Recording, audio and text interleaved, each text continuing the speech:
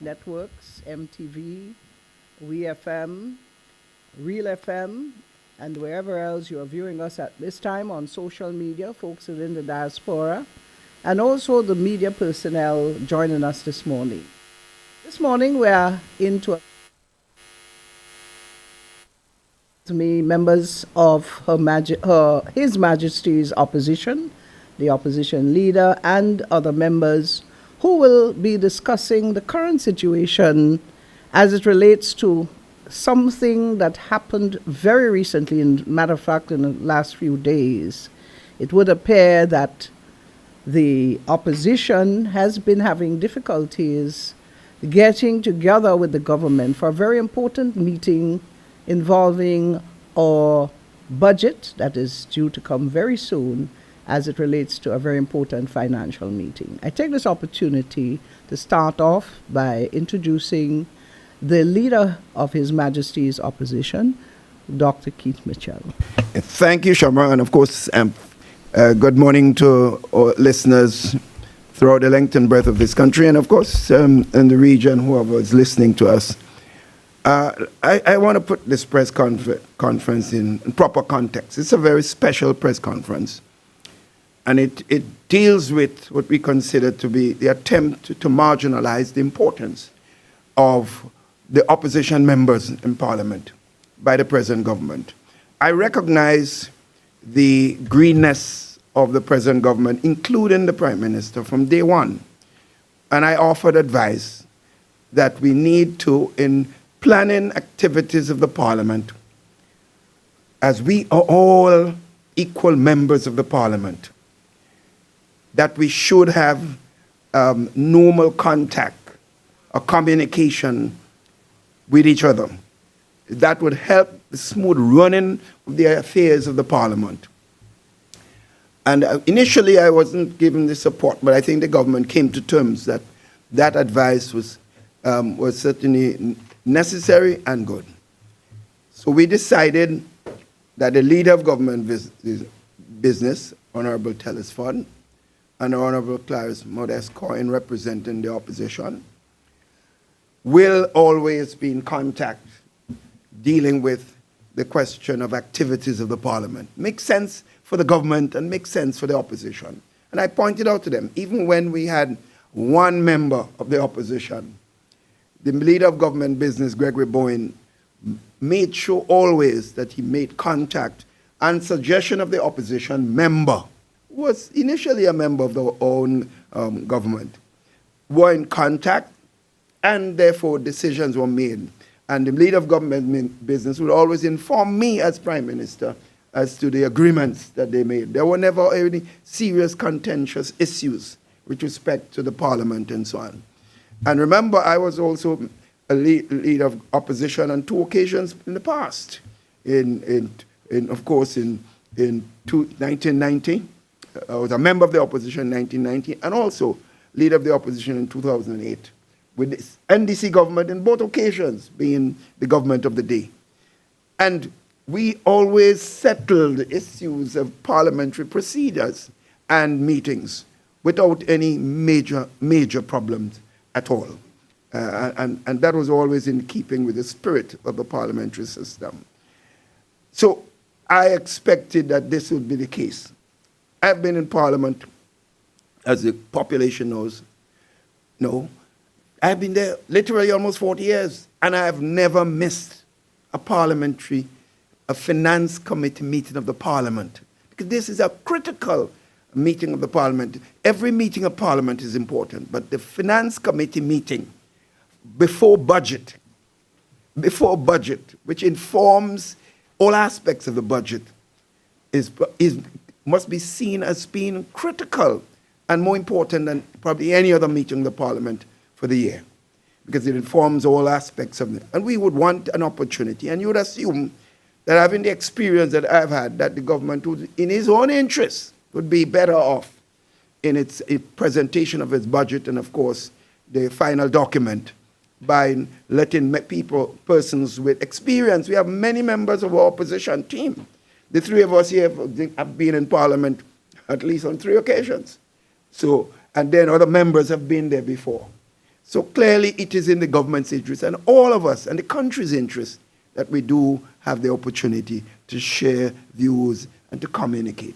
So I was very shocked at the last, when in fact this last session that we were given this short notice. But I would leave this for the opposition representative, Honorable Clarice Modest Cohen, who we appointed, and she will give details as to exactly what happened during that process while we are here this morning. Before we move to Honorable Clarice Modest, I just want to inform our viewers and listeners that we have the entire opposition here with us this morning. We have Honorable Peter David is here with us, and of course Honorable Clarice Modest. We also have on the Zoom platform Honorable Emlyn Pear and Honorable Kate Lois Peters. So we have a full-fledged opposition here this morning at this press conference. Madam? Thank you very much, Ms. Wells, and good morning to all of the listening public in the Tri-Island State and those who are on various platforms nationally and abroad. Good morning, and we're happy that you are here. I'm happy that you mentioned the full-fledged opposition, because we are here, we are members of a party, but we are here as today, especially as members of the opposition, members of Parliament, and we want to speak to the issues of Parliament, which is supposed to be generally non-partisan. We know we have human, you have human issues that are going to play a role in what people do, how they do it, but to a large extent, Parliament must give equal, opportunities to all parliamentarians. This is His Majesty's Parliament and His Majesty's opposition. And there should not be any room for any kind of dictatorship or persons, personalities taking control of everything. So we are talking about today the highest institution in the land, the Houses of Parliament. And the importance of opposition cannot be underscored. I have been in government when we had, was it 2? How many times we had 15? And I know sometimes the Commonwealth Parliamentary Association, different organizations would say, well, it would have been better if you had an opposition. And some people think that you need an opposition.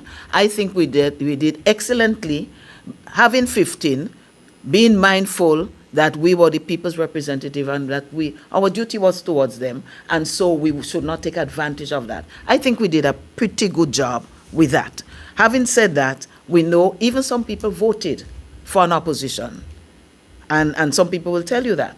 But we cannot underestimate the importance of Her Majesty's opposition in the House. We have a duty to contribute, and we have made contributions.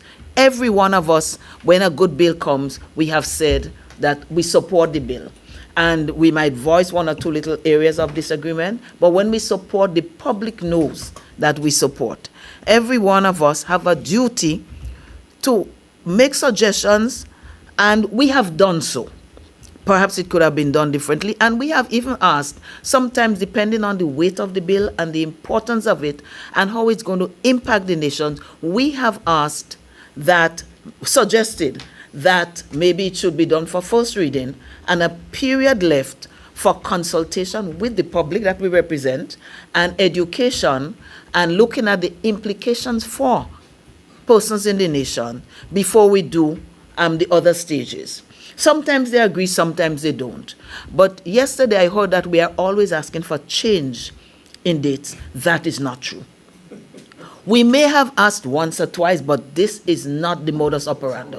What we have done is try to comply with the dates that they give us and to work our schedules around it. But each of us being individuals, there may be times when there are extenuating circumstances, and very few and very far between, where I have had to say, look, this is not a date, a good date for so and so. But when we get it in a timely fashion, we just try to go along with it and prepare our work, prepare our contribution, and make our appointments otherwise. Sometimes we have to miss appointments, but we do it because we recognize our role. So I wanted to clarify that point, that this, anytime we ask for a change, is generally when we ask, could you leave the second and third reading for another few weeks so that we can all consult with the nation? And there have been a few instances with that. But we may have asked once or twice, could you change the date? And I don't recall them changing the date for us, but we have asked. And as the leader of the opposition said, Dr. Mitchell, we agreed on a gentleman's agreement that, so again, I heard the thing about it's not in the law. It's not in the standing orders. Sometimes you do things that are even above the morals of the standing orders, that you say, okay, let us give the opposition ample time so that they can make their contribution, bearing in mind the nature of Parliament. So we had a gentleman's agreement, and I'm sure that the Hansard would reflect that. Colleagues, am I saying right? The Hansard would reflect that we had agreed that I wouldn't interfere, and we have done it. And he said we usually have a cordial relationship, but cordiality does not mean that you concede and that you walk with, but he has never been, discourteous to me personally when I think, but sometimes he says they cannot do it. And we have not missed one parliament since. Even when they say they cannot change the date or cannot agree to something, we have not been like petulant little children. We have been there.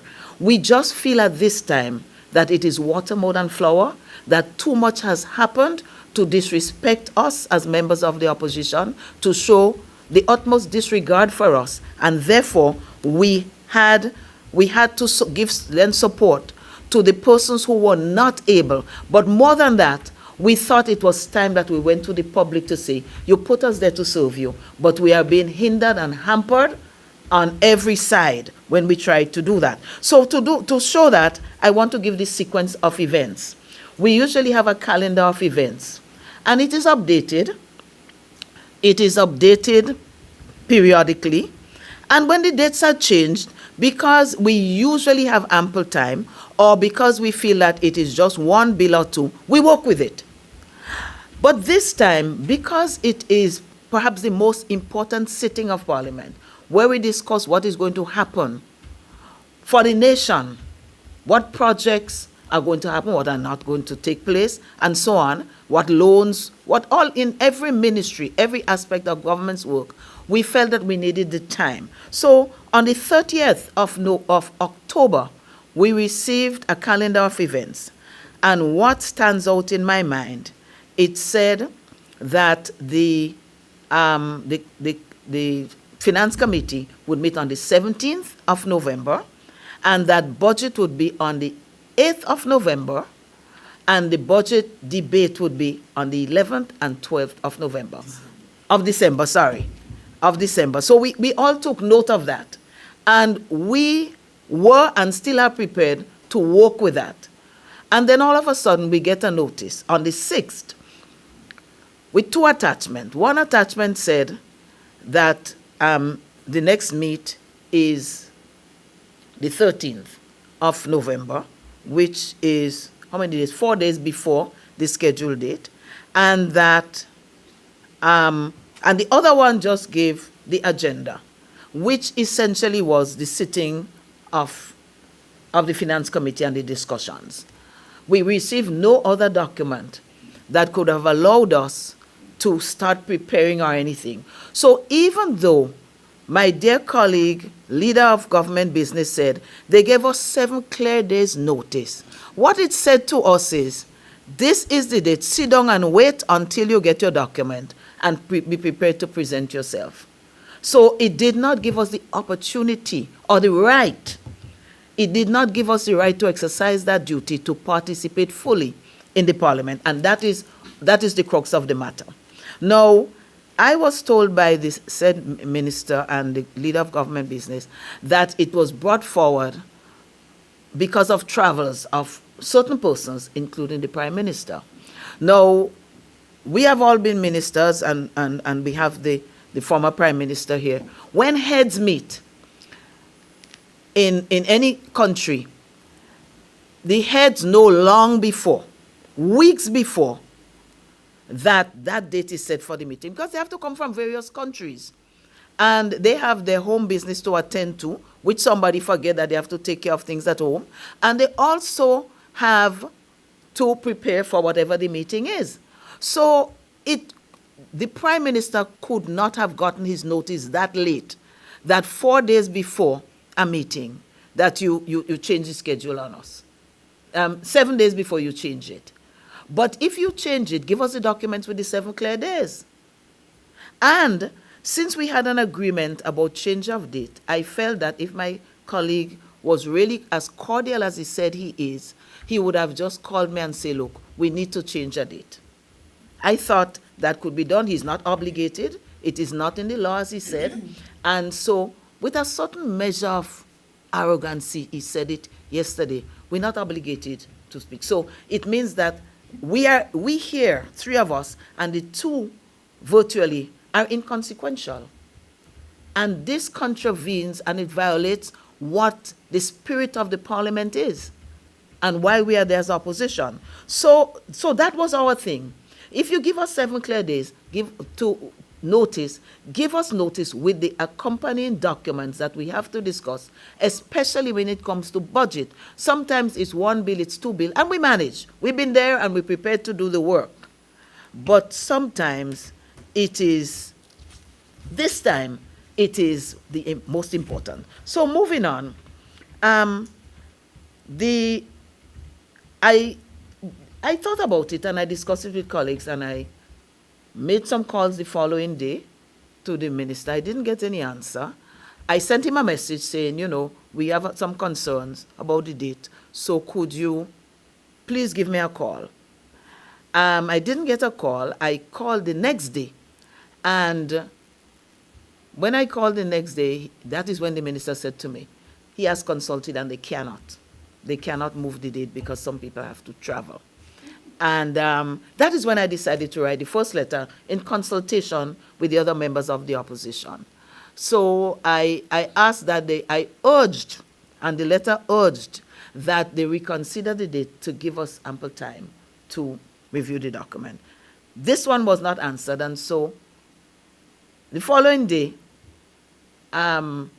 we prepared another letter, which I headed the drive in that, but others made their input, and we sent it along again to the minister, asking, for a reconsideration of the date. I got no answer again to that. And then the leader of the opposition had also sent a message to the clerk through whatever channels to ask that the date be changed. And he asked me to speak with the clerk, which I did. And the clerk said that he had communicated with them, but up till Sunday, nobody had responded to him. So this is where we are. And this is the chain of events. You would recall that I said our schedule showed us, calendar of events, that the budget would be presented on the 8th, and the discussions would be on the 11th and the 12th. And yesterday, I was listening attentively as a good citizen to the government's presentation of what happened, the explanation. But I heard the Prime Minister say that the budget presentation would be on the 4th. Yeah. Yes, the Prime Minister said that in the discourse. Yes, Brother Peter, don't look so strange. He said that. So the calendar we are using is the 8th for the budget presentation, and the 11th and 12th. And he said on the 8th yesterday, which means, and it gives an indication of the play of things. They know before, but they choose a convenient time where they feel they will catch us on the back foot, unprepared to do the nation's business. And this is why we're saying we have to stand up and talk about it. The nation has to know, because they're playing us all along. They're not giving us the recognition that we deserve in Parliament and the room to do what we have to do in Parliament. Well, folks, you've heard a full explanation as what has transpired from the Honorable Clarice Modest as it relates to this matter. And we have heard the side, of course, as viewers out there, of the government's position on this. And one of the things that came out, as you refer to the leader of government business referring to persons traveling, the Prime Minister actually said that he does not have to be here for that meeting anyway, so travel was not an issue. So I don't know who is saying the truth or not. But nevertheless, we have Honorable Peter David here with us, and we would ask him to make a few comments on this matter and probably other things within the Parliament sitting. Thank you, Siobhan. Good morning to everybody. Press the mic. Thank you, Sherman. I want to thank all the participants here this morning and the persons listening out there. Now, first of all, I want people to understand, and I hope they do, that this is not a party issue. This is not an issue about one party versus the other. We are all elected to Parliament to represent a certain segment of our population. The fact is that all of us are equal in the Parliament because the Parliament represents all of the people of this country. I represent the people of the town of St. George, and I have to account to them. The Prime Minister represents the people of St. David. And when we enter Parliament that way. We don't enter Parliament. The Constitution does not recognize party. We organize as parties for elections, but after the elections in the Parliament, we operate as if we all are equal. Of course, we understand the power of governing, the power of the majority. They have the power, but we must all be treated fairly. I've spoken, and I know me and my sister Clarice have always spoken about the need to work together and my optimism that we can find ways to work together. And certainly, the government, while in opposition, spoke about the need to pull the country together. But now, when you pull the Parliament apart, you're actually pulling the people apart because we are representing the people. We don't come here lightly. I don't sit here in a manner as if I had nothing else to do. We all have other things to do, but we come here because at some point, we must make the people understand what is happening, because if the highest institution in the land is treated that way, then we're heading for trouble.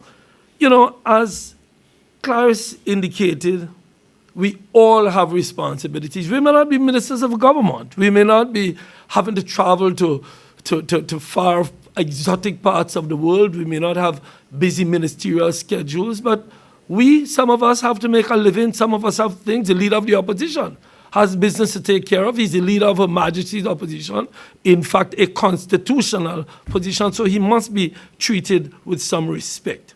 I believe that this issue, we are sitting here today and we took the position we took yesterday because all of us, in a united manner, believes the issue must be addressed.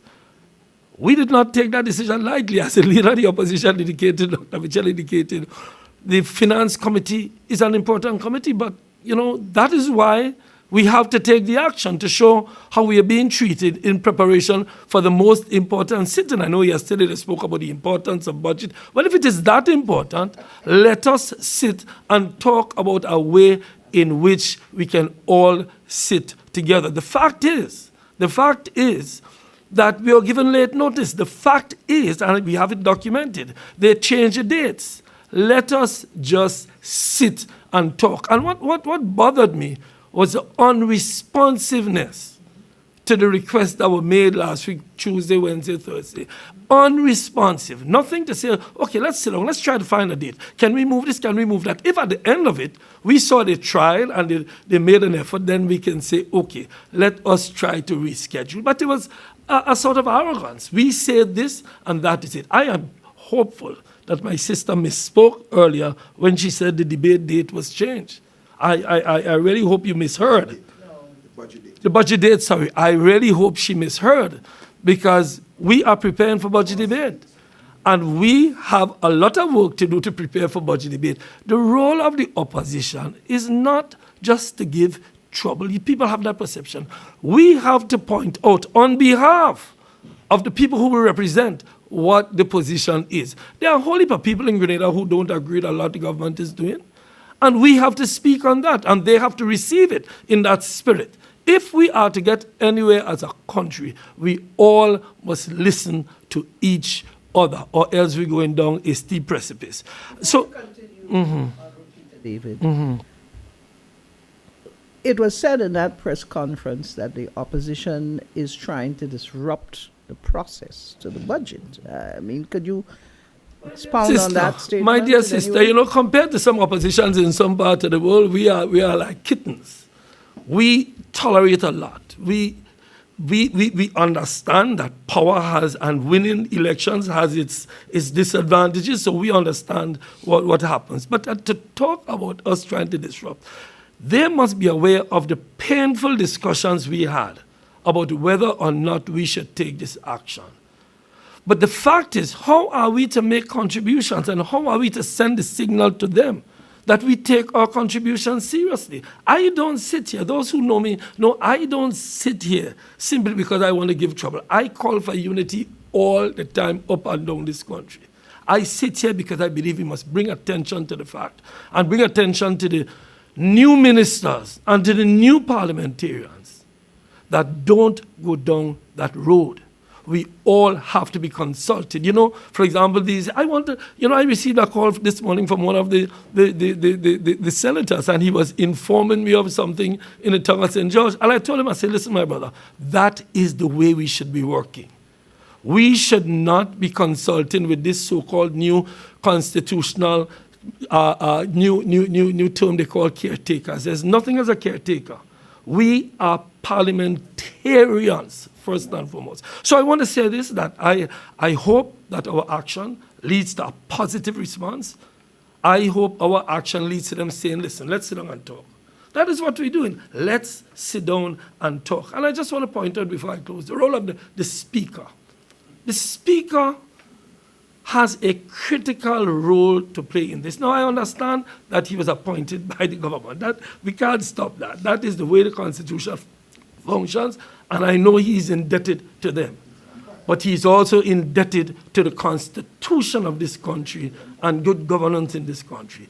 He must step in and say to the ministers of government and the majority members of parliament that, listen, while you have the power to do what you're doing, for the good governance of this country, let us work together. He must intervene in these matters to find a way to talk to us. Like I said, it is not the fact that they change dates. They change dates without telling us. They inform us as if it's a decision that they have made unilaterally, and make us have to function in a way that we have to say, yes, sir, no, sir. That won't work. We have to be treated respectfully. And as I said to you, if they had come and in response to the letters we drafted, if they had said, colleagues, let us sit down. Let us try to find a way. I am sure we could have convinced each other, okay, at least they're trying. We understand their dilemma. They understand our dilemma. So, for example, we told them we had busy schedules and other things to do. But nobody asked, well, what is it so important? Why do we sit? What do you have to do that's so important? So we come to some resolution. The point is, Shoba, and the point I'm making to my dear friends on the other side, just sit and talk with us on these issues. I am one of the most amenable guys to discussion, but yet they don't respond to me. They don't respond to Dr. Mitchell, they don't respond to Dr. Modest. And all I can conclude is that because none of them have experienced the ups and downs of politics. You vote in and you vote out, you vote in and you don't vote out. They don't understand how it is, because none of them have the experience over the years and the pits and falls and the rise and falls that they're taking decisions that is not in the best interest of our country, which is why we sit in Parliament. But if I may say here, they cleared the air yesterday by saying that they don't have to negotiate with you. Well, there are wars going on in the world now where negotiation must happen. Even the most arrogant person in the world know that there comes a time in wars when the two parties had to get on the table. I'm not saying to them that we're at war, but I'm saying to them, working through opposition and government is a constant negotiation. We, Dr. Mitchell is here representing Northwest, Dr. Modest representing St. Mark, I represent Tongue, Emily represents the people of St. Andrews, Southeast Cape, represent the people of Northwest. Is that not sufficient amount of people in our population for them to want to consider us? Are the people of St. George's and St. Mark and Northwest St. George's, are they so insignificant that they discard them because they didn't vote for their candidate? No, we are important. We speak for people, and they are my friends. They're friends on the other side. They are my friends, but they are my friends who have come into power and realize that power gives them a certain level of control that they exercise in a very unfair manner. And I dare say, while they're not working against the Constitution, they're working against the spirit of the Constitution, which calls for us to work together. That's my 2 pence. Thank you, Honorable Peter David. We want to bring in one of the ladies. I think I'll start off with Honorable Emlyn Pear on Zoom. She's there with us. Madam Pear, I'm sure you have a few comments you would like to add to the discourse here this morning. Thank you very much, Shama, and good morning to the team, and Are you good there? morning to... Yes, I'm there. All right, Are you we're hearing me? Oh, yes, she is. Go ahead, Are you madam. able to hear me? Okay, good morning, Shama. Good morning, colleagues, and good morning to all of those who are listening this morning. I want to, first of all, express my support to all the comments that have been made before by my colleagues, and particularly to emphasize the fact that this is not a simple matter. This is a very important, critical matter, and we ought not to speak of it in the trivial way that I heard it spoken about yesterday. A finance meeting of this nature in preparation for a national budget that is to inform the program of the government for the people of Grenada, Carriacou, and Petit Martinique for the entire year ahead must be seen as critical and important, and equally should be seen the value of the contribution of the opposition in this process. And this takes me back to the Finance Committee meeting last year. And members would recall the nature of the discussions that took place last year.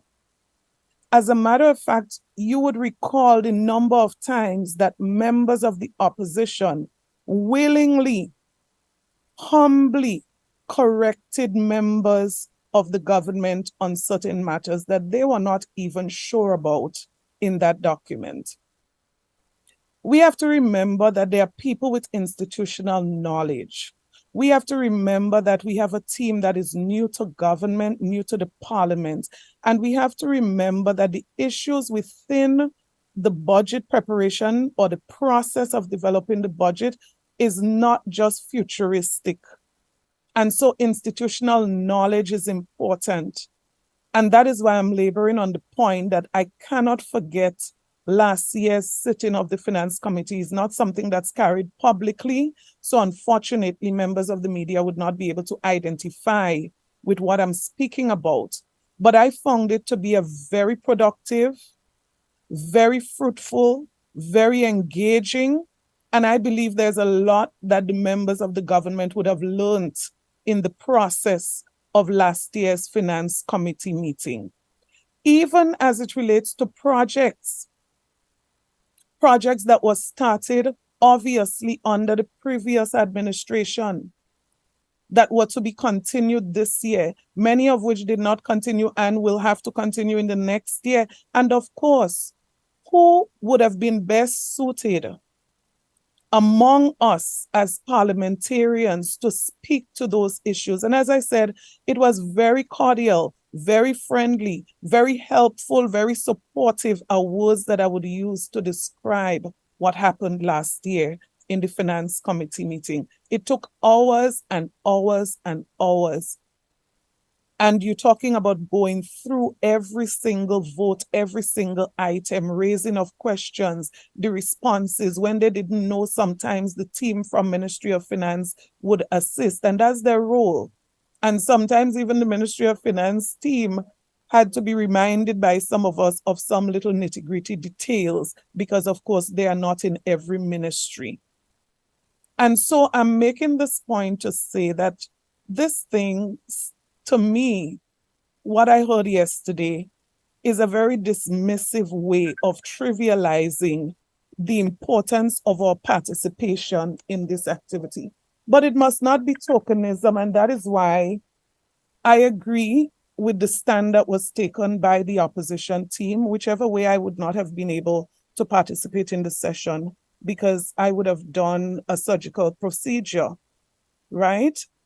And I want to make that, and I'm saying this, I don't have to say this publicly, but I'm making this point, you know why? Because when I agreed with the doctor on the date for the surgical procedure, I consulted with the schedule that was provided. Because I said to my colleagues, based on the importance of the Finance Committee and the Finance Committee meeting, I wanted to be present because my presentation for the national budget would be informed by the discussions of the Finance Committee meeting, because there are some things you would want to clarify. There are some things you would want to ask questions on. There are some things you would even want to make suggestions on. And so we considered it to be a very important meeting. I considered it. And so when I calculated the recovery period, I felt I would have been up and ready and available for the 17th of November. I was pretty shocked, very much so, when I saw a notice indicating that the date was changed. And so I immediately contacted my colleague. And to hear yesterday the reference to we never had an agreement, my God, everybody knows that you don't make a legal agreement on consultation about a schedule for Parliament. Nobody expects a legal agreement, but we have agreed in principle that we are going to consult on the dates. And this schedule didn't just come about because somebody got up one morning and decided they wanted to make a schedule. The schedule came about because we started off pretty shaky as it relates to these meetings. The government ministers, they work with the government of Grenada. As a matter of fact, they decide their own schedule, when they go, when they come, what they do, where they go. They could decide they're not going to that meeting, they're going to that meeting. The opposition team, there are persons in the opposition team employed with the private sector. There are persons self-employed. There are persons who do not have the liberty to dictate their schedule on their own every day. And so when we noticed what was happening with the scheduling, we reached out to the government and suggested that we agree on a schedule, and we agreed that we were going to create a schedule so that it would be more consistent, the participation of members of Parliament. Since the schedule, and you go back and check the record, you would notice the consistency of attendance of members of our team, because we can plan accordingly, we can prepare accordingly. As I said, I even scheduled a surgical procedure based on that schedule. So when that notice came of the change, I immediately called to find out, well, did something happen? What is happening? What is the reason? Because now I won't be able to be at the Parliament on the 13th. And that was when my colleague, Honorable Clarice Modeste-Cowan, indicated that she has no clue as well. That was a break in the protocol that we agreed upon, because we agreed that these two people, Honorable Philip Telespot and Clarice Modeste, will consult on those matters. So hearing from her that she did not know and that she was just getting this information like everybody else, I was a bit shocked and taken aback. And so to make the point that we never agreed, I find that to be a very low blow that is very inconsiderate and in my mind disrespectful, because I share very much. You see, I think what we're mixing up is two things, and that ought not to be mixed up. As individuals, we are equal in the parliament. When you put numbers together representing different sides, we are not equal. But as individuals, we are equal in the parliament. So whether you are the representative for St. David's or for St. Andrews Northeast, you are equal in the parliament, and we ought not to be treated differently. So I am still baffled, and I wish that somebody would have gotten an answer yesterday to the question, why was the date changed from the 17th to the 13th? I heard the Prime Minister yesterday, and I listened to the press conference because this meant a lot to me. And he said that missing Parliament should really be a life and death matter, matters of real critical importance for changing dates and missing Parliament. And I'm saying, so why did we change? What was the life and death issue? What was the very critical issue? And the member was told from the government team that the reason the date was changing was because of the travel schedule of the Prime Minister and others. As a matter of fact, there was a House committee meeting, and I did not even treat that with the level of significance as the Finance Committee meeting, where we had a pre-scheduled arrangement. The House committee was scheduled to meet on the 2nd of November. I'm sorry, on the 16th of November. There was a notice that came out on the 2nd of November. On the 8th of November, an email popped up in my schedule saying the meeting will be reconvened. That's on the 8th of November. No reason, no nothing. I just assumed that other members were not available. On the 13th of November was the first response from the government side on the House committee, indicating that the member was not going to be available because of his travel schedule, that he was going to be out from the 14th to the 18th of November. And I'm saying again, we are still left with no explanation. Is the House committee meeting postponed because the member is traveling? Or is there some other very critical reason why it is postponed? And I'm saying, do not just take us for granted and treat us as if our schedule is not important, and the only important schedule is the travel schedule of ministers of the parliament or members of the parliament on the government side. And so all we were asking, so I heard we abdicated our responsibilities and all of that. All we are asking for is that we continue to agree on the process for coming up with the schedule and changing the schedule, which is that the two members, one from the government side and one from the opposition side, will converse and discuss and come up with something that is reasonable. We don't all have to be present, but at least that we are well represented. And I learned that at least 3 of our members were not going to be available on the 13th based on the short notice of the change, right? But I just want to make this final point, because I do believe that, in my opinion, this amounts to a level of disrespect or a level of misunderstanding, where people don't understand and assume that because you have the majority of members, that we are not equal in terms of the level of respect that we deserve in the parliament, and that we are representing people just as you are representing people. So the people of St. Andrews Southeast are represented by a member of the opposition. So too are other persons, the tongue of St. George, St. George's Northwest, etc.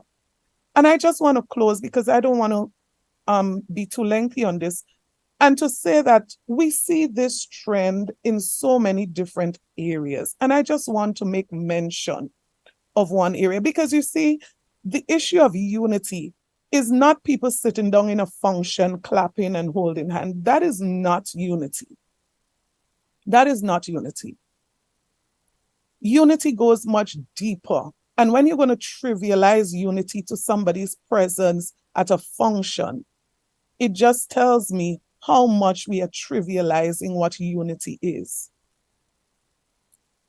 And so I want to make mention of the function that took place at the National Stadium. I believe it was the 19th. I don't remember the actual date.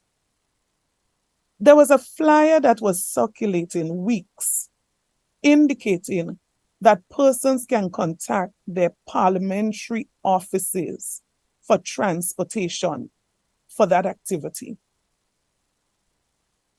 No member of the opposition team had, no courtesy was extended to say, this is what the plan is, this is what we intend to do, and this is what we want you to do. None of us was consulted, but I was consulted with 2 days before I received a call from a member of the NDC branch asking for the status of transportation for that function.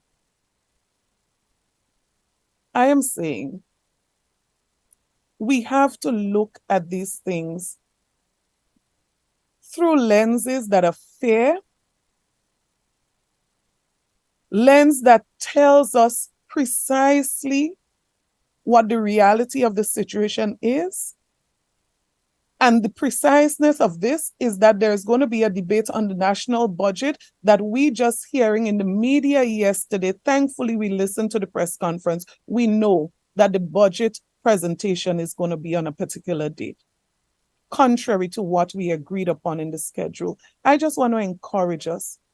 Our team, we are quite happy and comfortable with dialogue, consultation, and we are prepared to work together to address the business of the people in the parliament. But let us do it so together and in a respectful way. Thank you so much, Shamo.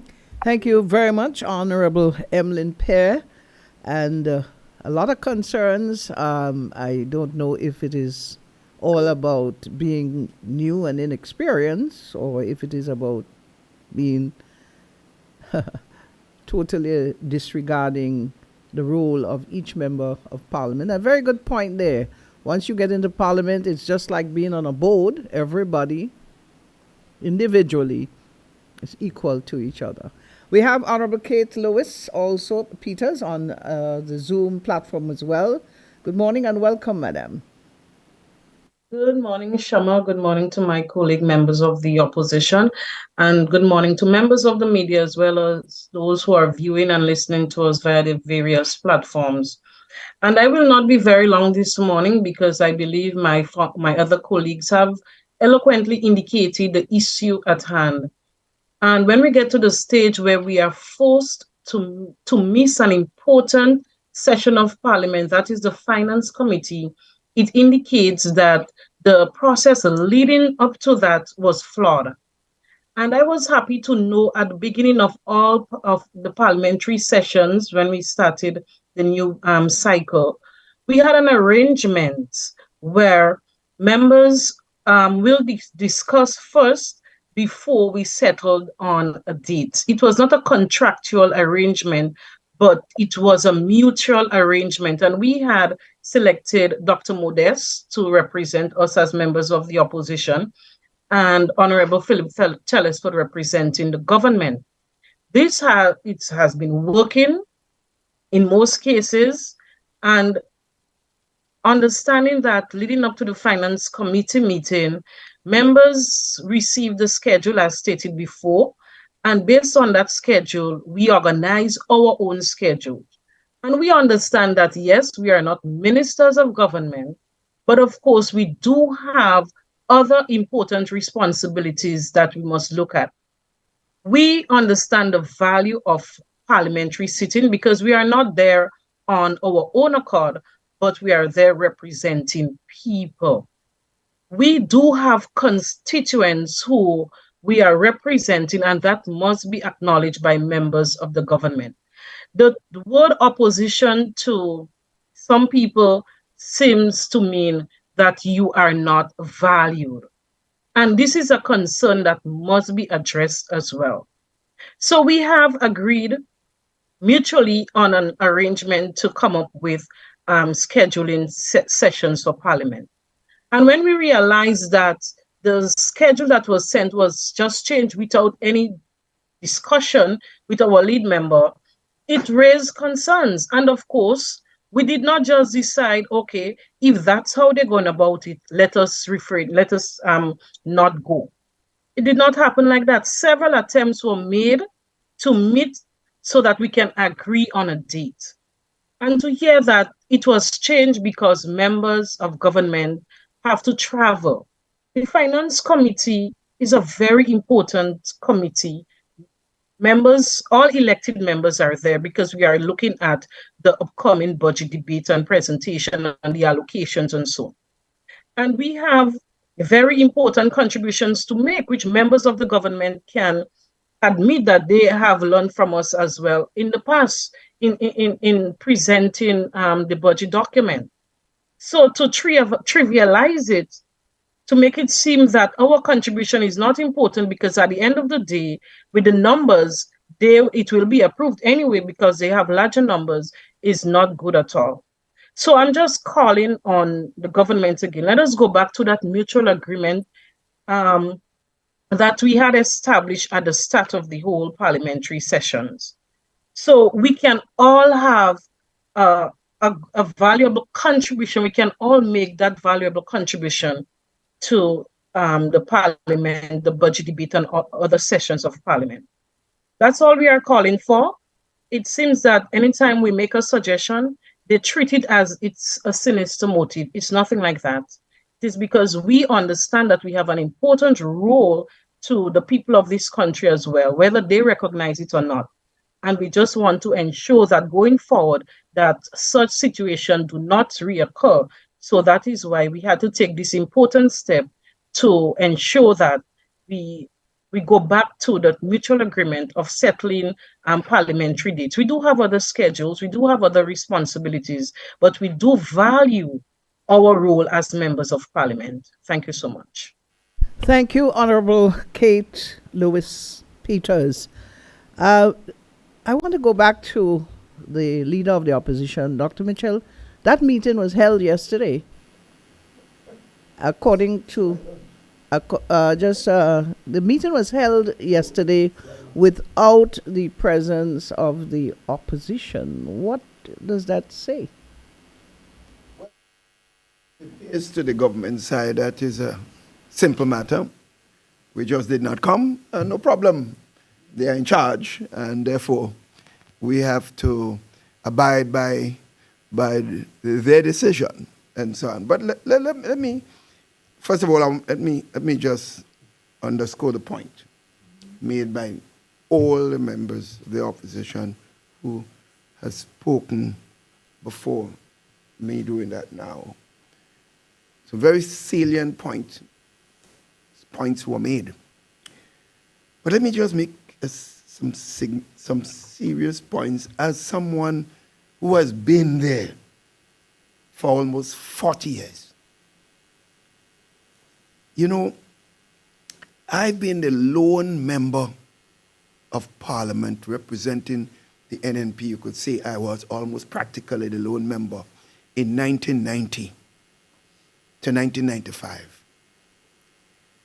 I was not then the leader of the opposition. Mrs. Winifred Strawn was the leader of the opposition. And no serious decision about parliamentary activities were made by the government, NDC government then, led by Nicholas Brafitt and later on by George Brazan. No parliamentary activities were held without they not speaking to me as a lone member of the opposition. They clearly spoke to Winifred Strawn and spoke to me. So we never had, I did not had to miss one finance committee meeting of any significant activity. So I have to give the NDC then credit. In 2008, we were just 4 members of the opposition. I was then leader of the opposition. And to Tillman Thomas's government credit, I can't say it's him because he had a leader of government business, that was Francis Alexis, Dr. Francis Alexis. No time did they hold a significant parliamentary activity without contacting me, and we had agreement. So I never miss. So this is the first time in 40 years that I have had no choice to miss a parliamentary sitting. So those who may not understand, because some people are not even maybe less than 6 or 7 years old during those early days, don't know anything about the parliamentary activities of those days, should understand that it's in their interest to communicate, because we will help. Because this is not about helping NDC, you know. I think that point was made by a member of the team earlier on. This is not a party thing. This is the parliament of the country. This is about the interests of Grenada, Carriacou, and Petite Martinique. And NMP will never, the members of the NMP will never allow the interests of the NMP to come before the interests of Grenada, Carriacou, and Petite Martinique. Let us be very clear. So the decisions that we would make will have a lot to do with what is best for the country. Hopefully also it will be good for the NNP. But if it didn't, so be it. Country first. So I'm shocked that the leader of government business seemed to have, it appears, little power. Because he makes a decision with our member, and then someone comes up, the big boss comes up, and he announces a new date for budget. Are we supposed to listen to him or listen to what the consultative process lead us to be? I don't know. That you could put to a number of factors, maybe inexperience, arrogance, ignorance. I'm not going to define which one it is, but one has to examine. There is a fundamental breakdown of understanding of what is best. In fact, the government will be the beneficiary of a serious meeting of the Finance Committee before the budget. And I remember, I think one of the members pointed out earlier, and I don't remember which one, and I remember the first Finance Committee meeting as someone that had many years of experience as Minister of Finance and, of course, Prime Minister. I made a number of interventions that the government side accepted and helped to improve their budget presentation. And therefore, they benefited from the discussion, because having been there, I could not come at the budget debate and criticize them, having been there in Finance Committee meeting and refuse to point out those flaws. So they were able to restrict the criticism that I would make. So it is their interest, more than even our interest, that would be enhanced by the process that we are establishing and the process we agree to. As it stands now, because we have been refused that opportunity, the platform is unlimited now. When I present my response to the budget, with God's help, of course, I have the health to do so, then the sky is the limit. The sky is the limit because I was prevented from the contribution. I had a cursory look. You know, it's sad. The member for St. David's, because we are members of Parliament, is making statements that he doesn't have a clue of the implication of those statements and how bad he's looking. Because he seems to think this is the lawyer office that he's running. You're not running a lawyer office. You are a member of Parliament. You are not the boss of the Parliament. There's no boss in Parliament. I was never the boss. In fact, ladies and gentlemen, brothers and sisters all, Honorable Gregory Bowen had consistently been the leader of government business in the House when he was an elected member. Honorable Edmund Nimrod was so if Gregory was not a member of Parliament. And if anybody could be considered as the boss of Parliament on the government side, it was not me. It was Gregory Bowen in consultation with members of the opposition, even when there was a single member of the opposition. It is after the consultation and agreement, he spoke to me, because as Prime Minister, he will let me know, and that's a normal. So you really, it's unfortunate where we are now. It is well known that members of the opposition cannot be said to have been very critical in the last 18 months or so this government been in office. In fact, some of our supporters find we're too mild. You know, one member who knew how attacking I had been in Parliament in the past, he said to me a few weeks ago, "Doc, what happened to you?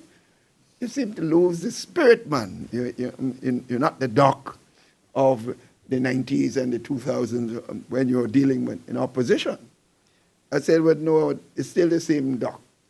The time will come when it's necessary. You will see that I still have that spirit." But let me just point out one thing. I heard that we abdicated our responsibility. Let me make the point. I will throw that comment back to the government side. They have abdicated their responsibility. Not to me, not to any one of us sitting here. They have abdicated their responsibility to the country. Stop thinking of us individually. We are not individual that you have to respond to. You respond to the people. The people are the ones who selected these members. And everyone must be given due course and consideration. So let me make some further points. Here we have 50th anniversary celebration coming. And you hear we must work together, we must unite, we must do this. And I heard Honorable Peter Davids making the point a while ago about he's consistently spoken about of unity. Well, if you're in this and you're not speaking about unity, you don't want to succeed. It's not about yourself. So that has been the platform and basis of the New National Party's members. So how could you proceed to initiate a divisive process with a most important sitting of Parliament? How do you do that? And still come and call, let us unite, let us work together, and we can build this country. You are setting the seeds of division. And any seeds of division within the context of the parliamentary system that we are involved in will hurt the leadership of the country more than anybody else, because it will affect your ability to govern properly. So as to make the point, the government is the one that is losing more than anybody else. So I call again. I hope, because if the government, the Prime Minister, appear to be making all the decisions and seem to be talking to us as if we do not exist. And that's something. I heard it said, somebody said to me, I hope it's correct, but I repeat it here for what it's worth, that Prime Minister indicated that if I'm missing, so be it. That I miss. Things will go on. In other words, the boss is speaking. It's unfortunate. It's unfortunate. This language is not befitting of someone who holds the future, who holds the lives or activities of all citizens of the country in a key position that determines what happens to this country. It is not befitting. And I hope and pray, honestly, there are supporters who may have influence. These supporters have a fundamental responsibility. You voted this government. You gave them your full backing. You have a fundamental responsibility. I'm calling on those members of that support this government, who are supposed to be influential members in some sectors of the society. I am saying to them, you have a responsibility to pull that prime minister together and saying, get your act together. You are not there for yourself. You are not there to satisfy your ego. You are there as a servant, a fundamental servant of the people of this country. And get your act together. And that, I hope, some of them will not waste time in doing, because we're heading downhill faster than I've ever seen. We're heading downhill, and it cannot be happy for me. This is not about hoping that it is working for the NNP.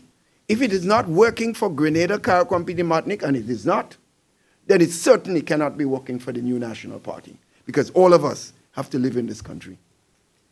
And therefore, it's in our interest to get rid of this, what is happening, and do what we have to. Now, I just want to make one further point. It is clear that the travels of the Prime Minister is more important than anything else in this country. And as people are saying, the Prime Minister travels, he goes back, comes back, he does not report what the travel is about, what successes for the country, if he was representing the country, and assuming the taxpayers were paying for these large delegations that are traveling on behalf of the taxpayers, while people are sitting here in need in this country, want services. Some people are not able to buy food. And you see scores of people traveling on taxpayers' resources, enjoying themselves, so to speak. And they seem to think that is the first priority, the travels of leadership of the country, not what's happening on the ground of this country. During the period of the NNP time, this period, while we're driving, coming to this parliament, this meeting here today, all of us will be passing sections of the country with hundreds, we used to have over 6,000 people at Christmas time, cleaning all sections of the road in this country. Do we see them now? And we call that, we might say, waste of money. I heard it said sometime, when poor people receive money, it's never wasted, because the money is spent in the country circulating. So every sector of the society benefits from what's taking place. And I call again, what is happening? I'm not a lawyer. Peter is a lawyer. But I know enough in my experience of this business. That is not a constitutional thing that we have to satisfy, whether there is something written about how much time you give the opposition and so on. The American Constitution was a little piece of document of a few pages. So if they were going to make decisions on that piece, the few pages there, they couldn't make any decision. It is the spirit of the American Constitution that is adhered to by all sectors of the American society. And it is that spirit we're saying that should be held in this country. That is what we're asking for. And that's how I see it. I just want to say this, Dr. Mitchell. The opposition not being a part of this very important process, by extension, it means that you were unable to represent the people that you represent in Parliament in that process. Well, I'm making the point. That is correct. But that is not the only thing that we are worried about.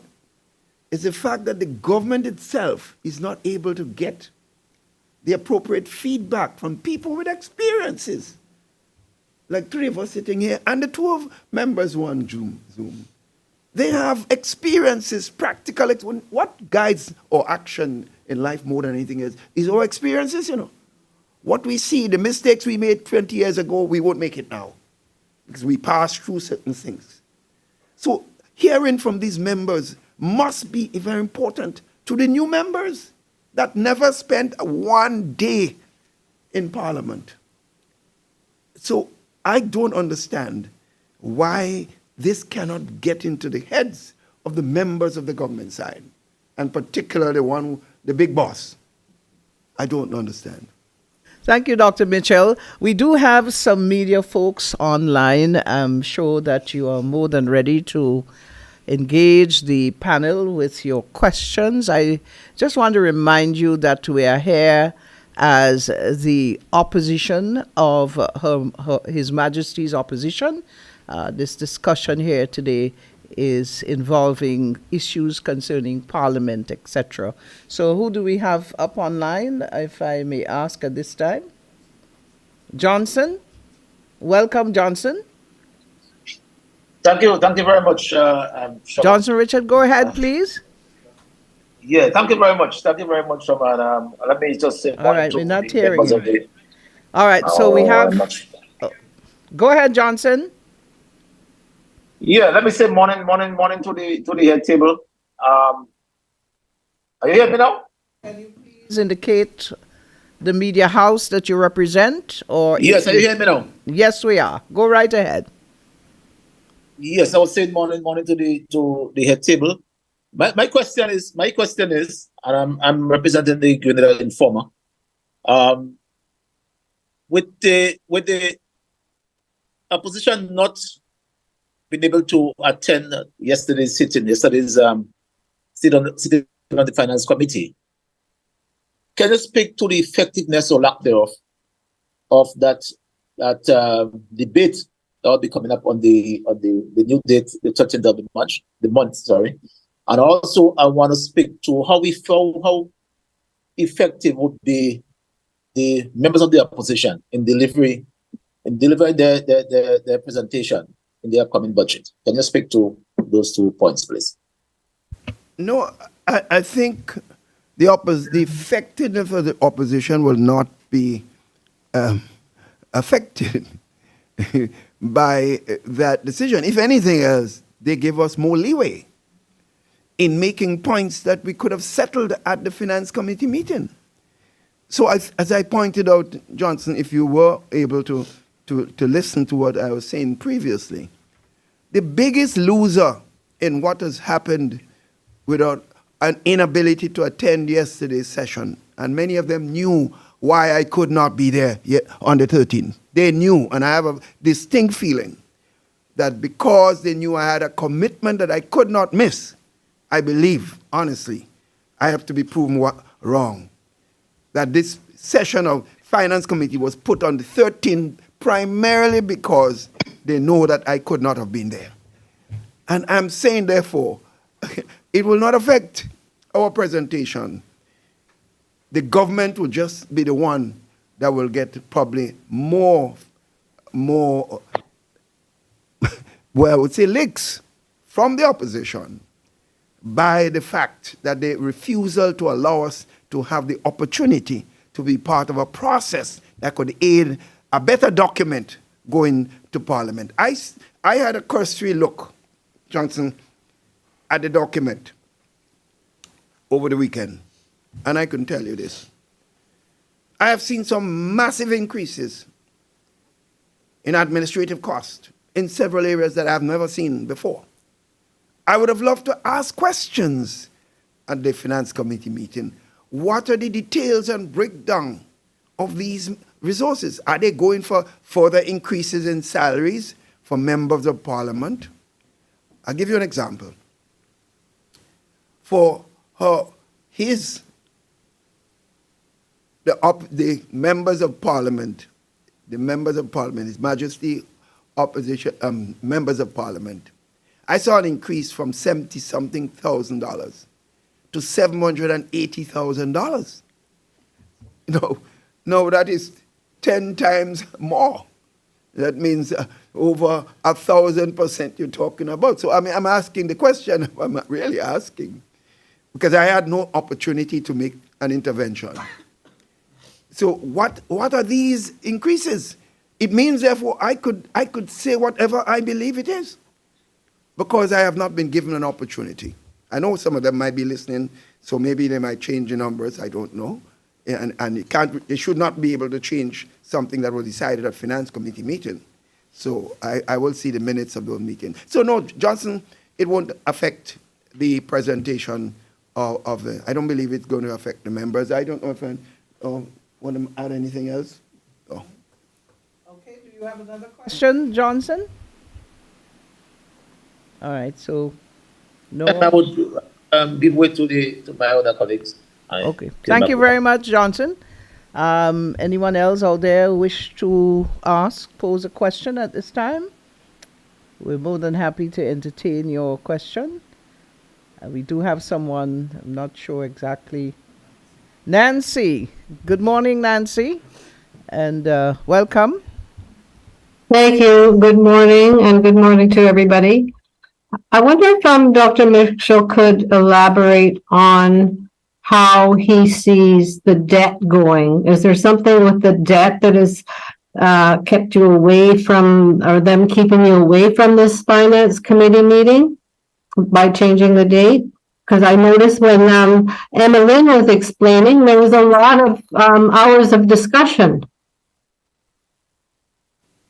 Good morning, Nancy. The debt of the country, I would not attribute our inability to be there in finance has anything to do with the debt of the country.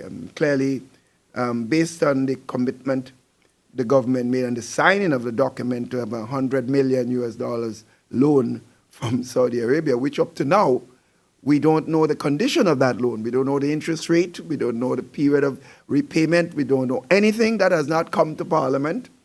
In fact, I was shocked when I heard the Minister of Finance went to Saudi Arabia and signed a document that the country itself was not informed was being signed. So clearly, that's over $270 million increase to the debt of the country.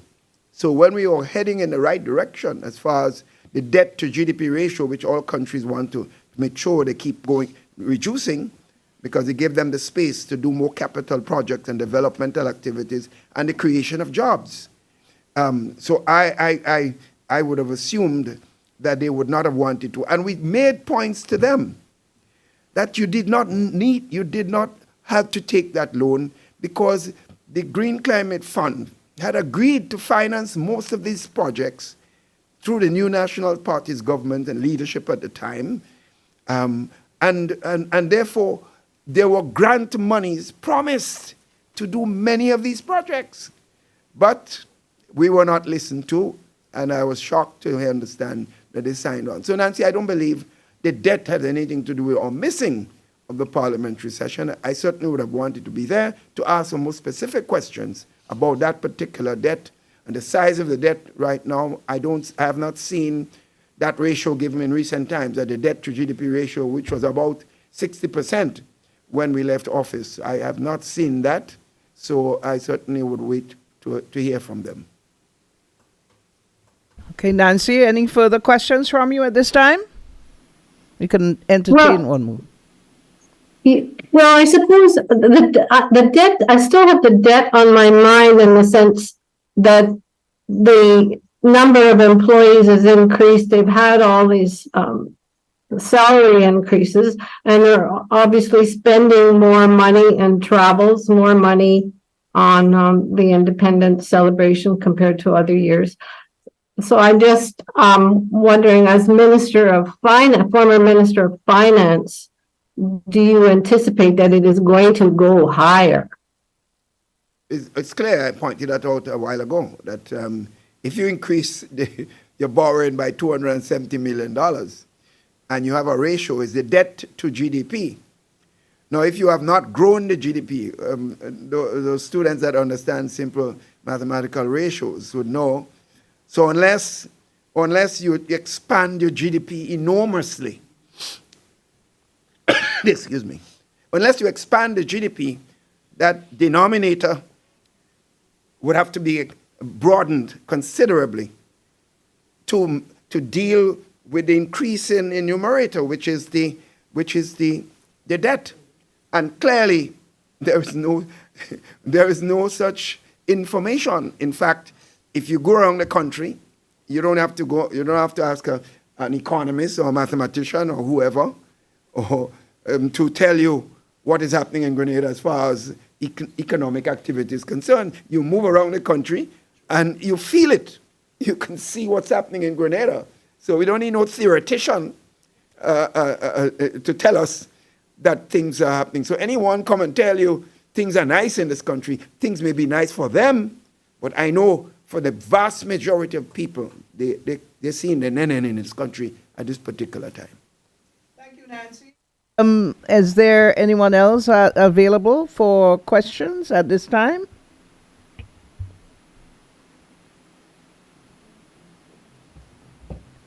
And we have someone who is up. Johnson is back. Johnson, please go ahead. Yeah, let me just, I just want to start. Whose role it is to call the finance committee meeting? Is it the government, the leader of government business? Is it the role of the governor general? Whose role it is to call the finance committee meeting? The chairman of the finance committee meeting is the minister of finance. So, Honorable Cornwall, with his staff, may have to initiate, after instructions from the cabinet, as to the timing of the budget debate, budget and the pre-budget activities like the finance committee meeting. So he would have to be a clear indicator of such initiative, and because he chairs that particular meeting. And I notice I have not heard much from his mouth.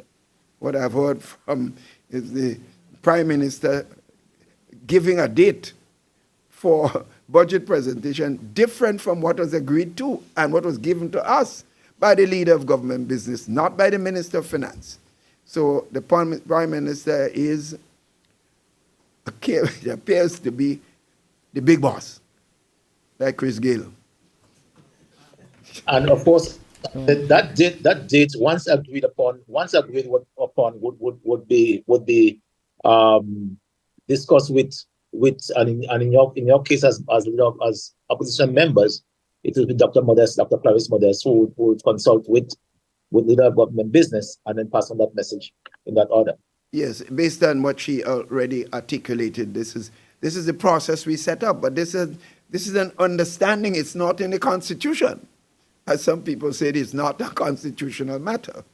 It is in the spirit of the Constitution that both sides should agree on the process going forward, and particularly when you're dealing with important issues. For example, the finance committee meeting. The more important that meeting is, the more you expect and more thorough you expect the consultative process to be enshrined. I think Dr. Modest would like to come in here. Dr. Modest? Just a quick one, because everyone will not have listened to the press conference yesterday. I just want to say that the Minister for Finance did make his contribution yesterday. And what he said was that he is the chairperson of the Finance Committee meeting. But also it was very instructive because he pointed out that the quorum was 5 persons. So once you have 5 or more, you could go ahead and it doesn't matter. That is in essence what he said.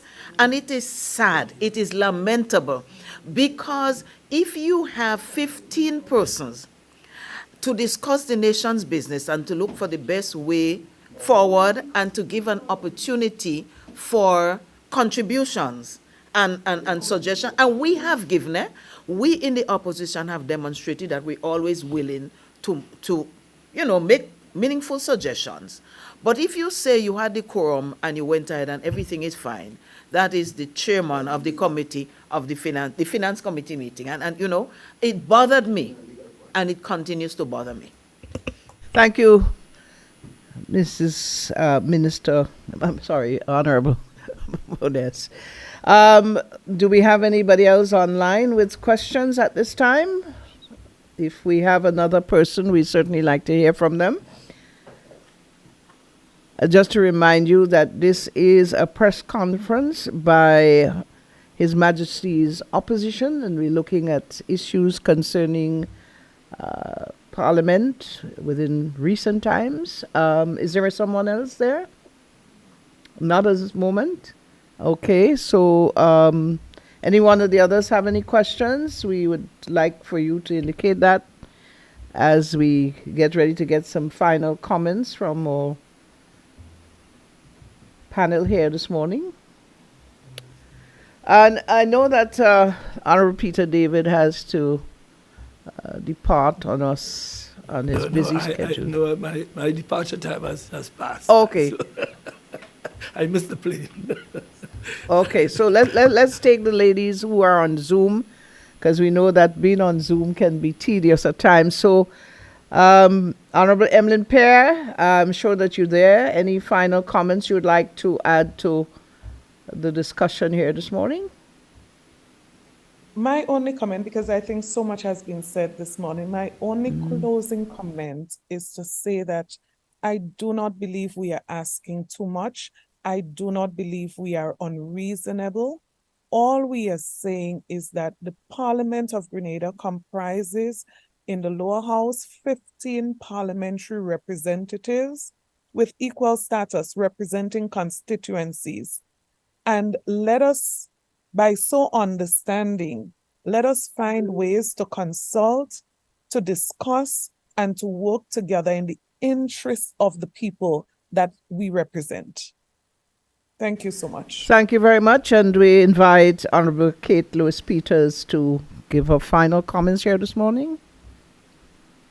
Thank you very much again, Shama. And I, just like my colleague said, it's just a call to the government members that we are all members of Parliament, and we want to ensure that our contributions are made just like theirs. So we just want to encourage that spirit of unity as we move forward, as we discuss bills, as we prepare for the upcoming debate. And we wish that we do not have to go through another session like that where we are forced to miss Parliament. So we are just asking that they listen and we return to the consultative process where we can decide on the dates that we will have scheduled for parliamentary sittings, because we must understand that we both have important responsibilities as well.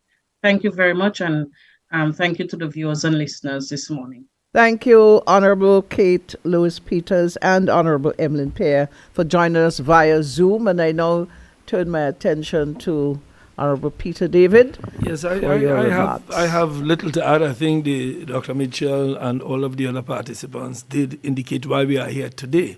And I think there are two issues. One is why we are specifically here today in terms of what occurred in Parliament yesterday. And then there's the issue of going forward. How do we approach it going forward? So I think this is a wake-up call that we are trying to make to our colleagues in Parliament. And as Emmeline said earlier, all of us are equal in the Parliament. So we need to treat each other in that way. How do we treat with each other going forward? Remembering that they may be in a position now, but they may be in another position later, and they would want to be treated a particular way. You know what comes to my mind is the constitutional reform that we tried. You know, constitutional reform came and political tribalism killed it. We had on things like Carquois and Petit Martinique to be a name of Grenada. They rejected it. Now I'm sure the people of Carquois and Petit Martinique would love to have it back. Electoral reform. Everybody talking about electoral reform, but they rejected it. Term limits. Everybody talking about who's staying too long and this, that. You had an opportunity to vote term limits, and you didn't. We had CCJ. Now we're talking about Republic and all that, but you had an opportunity to start with CCJ. We rejected it. And why did we reject it? Pure and simple tribal politics. Parliament is not the place for that. The Constitution does not recognize the tribes. The tribes exist as a way we get together. So let us forget the tribes when we enter the Parliament building. Let us treat each other with full respect, knowing, and that's why I said earlier, and I repeat it in closing, those of us here have experience being here and experience being there. Our years of experience teaches us that today we're here and tomorrow comes quickly and we end up there. Please, today, remember where you will be tomorrow, and let us come together. Let us come together, or else you will be speeding up the day when you will be there. Let us work together, please. We have very good intentions to work to build this country. Thank you, Madam. Thank you, Honorable Peter David. And of course, we move on to Honorable Clarice Thank you, Modest. Sister Shoma. I just want to compliment the team. I feel very proud to be a part of this opposition team for the contributions that all would have made. They have been eloquent, so I cannot add to it at this time, but I just want to end by saying I traveled to the Caribbean. I can go further. A couple islands in the Caribbean. And when I was coming back, I didn't notice it on going out. I saw the air bridge. I know it doesn't fit the budget, but I'm so happy. I saw the air bridge under full construction, and I saw a lot of the construction happening at the airport. And I'm just so pleased that we have been a part of this to start it. I'm so happy. I just needed, I just needed to say that. And and walking in the rain might still happen depending on the size of the plane and so on.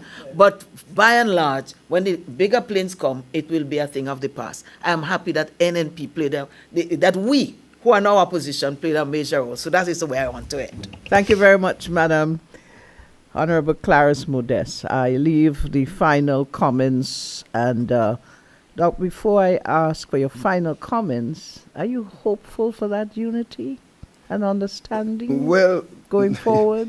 It is clearly like the big boss will have a major part to play if that change has to occur. So if you ask me as one who's studying probability theory, I will not give it a high probability. But that is it. In that context, therefore, I want to offer an advice to the present Prime Minister, having been there for quite a bit of time, that I suggest that he give more time to being in this country, dealing with the day-to-day issues of the people of this country, and less time in traveling the globe on what we don't know are national issues related to Grenada, Carriacou, and P.T. Martinique. But I know no advice I give to this team and the Prime Minister, present Prime Minister, may be taken seriously. That's why I'm giving the advice openly to the nation, so that those I mentioned before who influence the election of this government have a fundamental and moral responsibility to rein in the Prime Minister and bring him back to earth. Because I don't believe right now that he is in Grenada. His mind is somewhere else. And Peter mentioned something a while ago. I want to just pick it back on me a little bit when he said something about remember where you could be today and tomorrow. Old people used to tell me, boy, remember when you're going up the ladder. Those you see coming down, treat them good, because the time will come when you will be the one coming down, and some of them will be going up. Well, my friends, I always use this to myself, remind myself all the time. And look, I'm the beneficiary of that philosophy, because when I'm up, I don't get, and when I'm down, I don't get any different treatment, because I've always respected people. I give the Prime Minister that simple advice going forward. But just to finally say, we have no choice to be critical when we see issues to be critical. There's no ill intention here. But we have to call a spade when we see it. But the fundamental thing is to help in the governance of this country, and the opposition and the government working together would always lead to success. I always make the point. And if you look at the history of the New National Party, we've been in opposition before. We have given credit to the government in different times for things that work well, so that when they make a mistake, we are much more effective in the criticism. But if everything a man does, you criticize him even when he appears to do good in the eyes of the population, you lose credibility. So it's not in the interest of this government, of this party, to criticize, because we will lose credibility if we do. So the advice given today, I hope and pray that it is taken seriously, because I believe it will help the government itself, because I believe there is enough issues for us to score political points. And I think the NNP is on a good platform at this point in time in terms of the political equation in this country. We don't need to create anything that hurts the country and in the process of trying to criticize the present government. That would be my final comment. Thank you very much, Leader of His Majesty's Opposition, Dr. the Right Honorable Keith Mitchell. I want to say thank you to all the media houses carrying this particular press conference of importance at this time. All the journalists who joined us online, we thank you for your engagement and your pertinent questions. And also you viewers across Grenada, Carriacou, Petite Martinique, those of you on social media, those folks in the diaspora. I know that there have been lots of you online viewing this press conference. And finally, I want to thank the panel this morning, Honorable Emmeline Pear, Honorable Kate Peters, Honorable Clarice Modeste, and Honorable Peter David, and of course the Honorable Leader of the Opposition, Dr. Keith Mitchell. Thank you, ladies and gentlemen, for informing the nation of very pertinent issues involving Parliament at this time. I'm Shirma Wells. Have a good day.